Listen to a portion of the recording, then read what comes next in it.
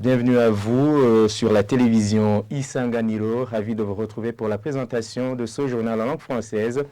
Au sommaire ce soir, les pays les moins pollueurs seront financés par les pays les plus pollueurs de la planète pour faire face aux conséquences liées au changement climatique.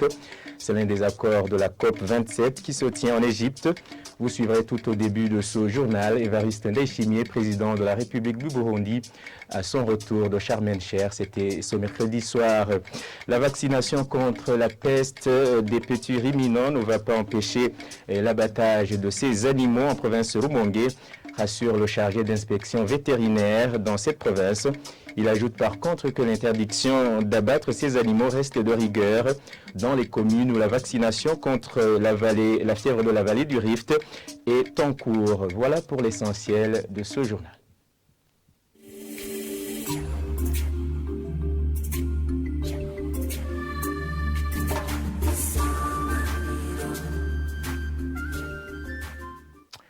Les pays moins pollueurs, 10 pollueurs plutôt, ont accepté de financer les pays les moins pollueurs, les pays en voie de développement, pour faire face aux conséquences liées au changement climatique. C'était lors de la conférence des Nations Unies sur le changement climatique, la COP 27, qui se tient à Sharm el-Sheikh, en Égypte. Le président de la République du Burundi, Évariste Ndayishimiye, lors de son retour ce mercredi soir, indique que d'autres réunions sont prévues pour le déblocage de ces fonds. Suivez-le. Nous nous sommes consultés et les pays pollueurs, comme ceux qui ont des grandes usines, ont accepté de contribuer afin que nous, qui polluons moins, puissions faire face aux conséquences néfastes du changement climatique. Je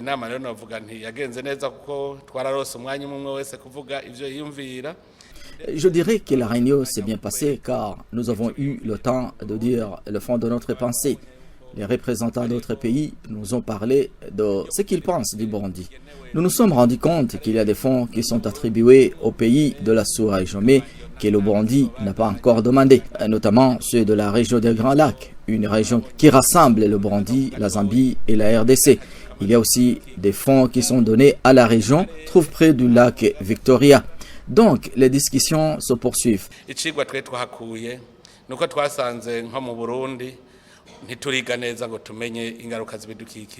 Nous nous sommes également rendus compte qu'ici au Burundi, on n'a pas encore eu de leçons par rapport aux conséquences du changement climatique. Par exemple, les gens entendent souvent parler du projet Ewe Burundurambai. Nous plantons des arbres sur une colline et une année après, on retourne au même endroit pour la même activité. C'est-à-dire que les gens n'ont pas encore compris l'importance de la question. C'est pour cela que nous demandons aux Burundais de prendre très à cœur cette question.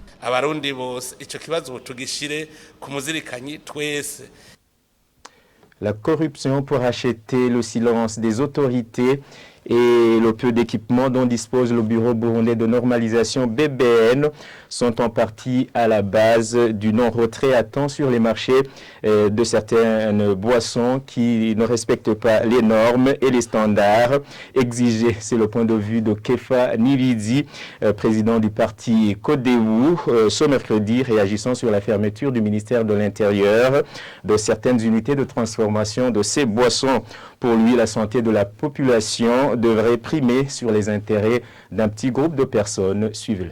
Tout d'abord, notons en passant que nous avons été étonnés par cette procédure où c'est le ministère ayant l'intérieur dans ses attributions qui a décidé cette fermeture. La décision aurait dû être prise par le ministère du Commerce parce que c'est lui qui suit de près de telles entités de production. Deuxièmement, nous pensons qu'il y a un problème de gouvernance dans son pays, caractérisé par trois choses. D'abord la corruption, ou le laxisme, mais aussi où on donne à une entité des missions, ça lui donner des moyens en termes de logistique ou des moyens financiers suffisants. Et par voie de conséquence, d'autres entités ne parviennent plus à remplir les missions. Donc si on a constaté qu'il y a des produits consommables qui sont sur le terrain et qui présentent des inconvénients sur la santé humaine, nous estimons qu'il s'agit d'une décision normale de suspendre la production et la commercialisation de ces produits dans le but de protéger la santé des Burundais, mais aussi de faire respecter la loi. Il faudra noter que dans la plupart des cas, ces gens-là qui vendent ces produits hors normes, soit ce sont des personnes puissantes ou des gens qui s'adonnent à la corruption et qui poussent à ce que les autorités compétentes manifestent un certain laxisme dans la lutte contre ces produits nocifs. Alors, tout ce qu'il faut faire, on devrait faire à ce qu'un produit qui est fabriqué au Burundi ou qui entre au Burundi soit un produit qui est conforme aux normes internationales reconnues. Deuxièmement, les services compétents, notamment la BBN, en collaboration avec l'administration locale, devraient suivre de près pour qu'il n'y ait pas un produit nocif qui soit vendu auprès de la population. Donc pour nous, tous ces produits-là qui ne respectent pas les normes reconnues devraient être enlevés sur le terrain burundais. Page santé animale à présent, l'abattage des chèvres et moutons va se poursuivre même pendant la prochaine campagne de vaccination contre leur peste, sauf dans les communes où se déroule présentement la vaccination contre la fièvre de la vallée du Rift. La précision est du docteur Gérard Nionsaba, chargé de l'inspection vétérinaire en province Rumongue. Ce mercredi, il appelle les éleveurs et de petits ruminants à répondre massivement à cette vaccination. Le reportage est de Jean-Pierre Misako.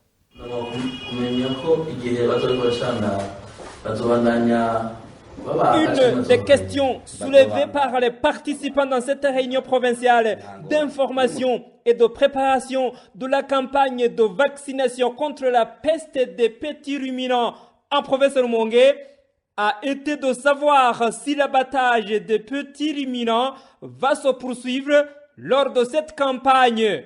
Dr Gérard Nionsaba, chargé de l'inspection vétérinaire au ministère ayant l'élevage dans ses attributions, répond que l'abattage va se poursuivre sans interruption, sauf dans les localités où la vaccination contre la fièvre de la vallée du Rift est en cours. On va continuer d'abattre les ovins et les caprins, même les bovins.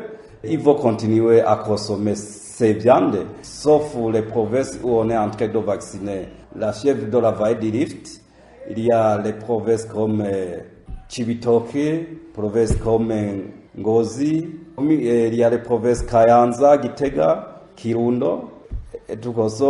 Il en a profité pour appeler les participants à s'investir chacun en ce qui le concerne pour la réussite de cette campagne qui débute ce 14 novembre 2022 et qui va durer 11 jours, informant du coup les éleveurs qu'il s'agit d'une vaccination gratuite.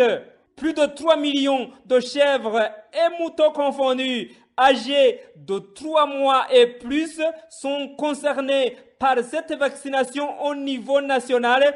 Et la province de Rumongue en compte 151 136 bêtes, selon les chiffres disponibles à la direction provinciale de l'environnement, agriculture et élevage de Rumongue.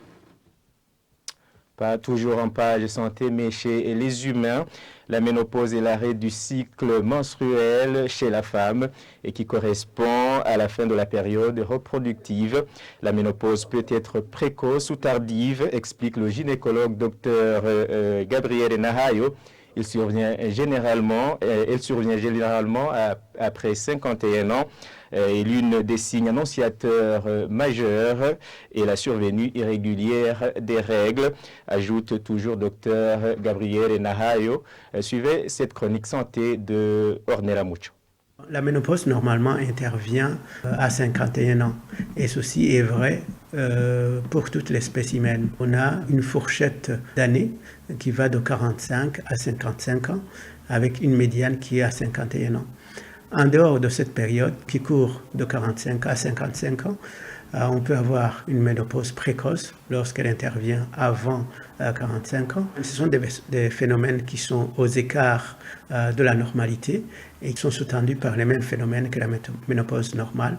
Ça veut dire qu'il y a un épuisement du patrimoine des cellules de reproduction que vous avez déjà en cours de vie embryonnaire. Ils s'épuisent et quand ils s'épuisent, on ne peut plus les reproduire. et une ménopause tardive lorsqu'elle survient après 55 ans. Ça veut dire que vous avez un organisme qui vieillit plus tardivement, surtout au niveau des ovaires, parce qu'il est réel que les différentes parties du corps ne vieillissent pas toujours de la même façon, et donc quelquefois, une personne peut avoir un ovaire qui résiste aux années et donc elle va avoir un fonctionnement reproducteur qui est retardé et la ménopause va survenir après 55 ans. Le signe majeur de la ménopause, c'est l'arrêt des règles. C'est ce que constate la personne. Mais il y a des signes qui peuvent apparaître avant cet arrêt total. Le premier étant la survenue irrégulière des règles. Il y a d'autres signes que la personne ressent, des bouffées de chaleur, ça veut dire des sensations de chaud qui sont accompagnées de froid et de sudation. On peut avoir un changement de comportement, une personne qui devient irritable, qui dort moins bien, qui ne veut pas travailler ou qui travaille plus difficilement, qui ressent la fatigue plus qu'avant.